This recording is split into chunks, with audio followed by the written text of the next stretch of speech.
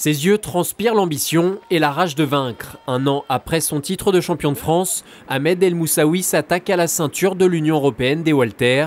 En l'espace de 12 mois, le prince de la boxe française a énormément mûri et s'est professionnalisé. Suivi par un ostéopathe et un diététicien, le Verriérois s'est entouré d'un préparateur physique, Jean-Baptiste Congourdeau, pour ne plus penser qu'à la boxe. J'essaie de mettre les chances de mon côté et j'ai un cap encore à franchir. Non, je suis classé 9e européen. Je pense que après ce combat-là, pour moi, actuellement, je fais partie des meilleurs européens. Après, maintenant, voilà, c'est à moi de prouver que je le suis vraiment. Pour le ring, il a également changé d'entraîneur. Le chapitre américain est refermé. C'est désormais Youssef Barid qui s'occupe de lui entre les cordes. Avec lui, Ahmed El Moussaoui travaille plus l'aspect tactique d'un combat.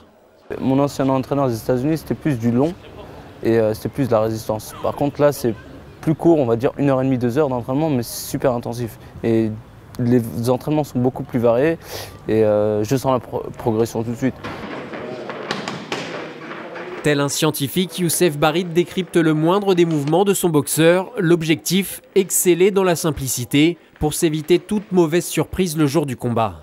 C'est un boxeur longiligne, grand pour sa catégorie, donc avec une grande amplitude de bras. C'est quelqu'un de mobile, de combatif, de rapide, mais qui prend trop de risques. Voilà. Alors c'est bien pour le public, c'est bien pour ses fans, et c'est moins bien pour la suite de sa carrière. Voilà, il faut le préserver. Ses qualités un petit peu de combattant le desservent un petit peu. Ce jour-là, à l'entraînement, son partenaire n'est autre que le challenger pour la ceinture européenne des super welter, Karim Merouj. Et au bout de quelques reprises, Ahmed enlève son casque de protection comme pour ressentir un peu plus l'intensité du combat que pourrait lui réserver son adversaire. Car il lui faudra faire face au champion d'Espagne, Aitor Nieto, un boxeur longiligne de 30 ans au même profil physique que le français.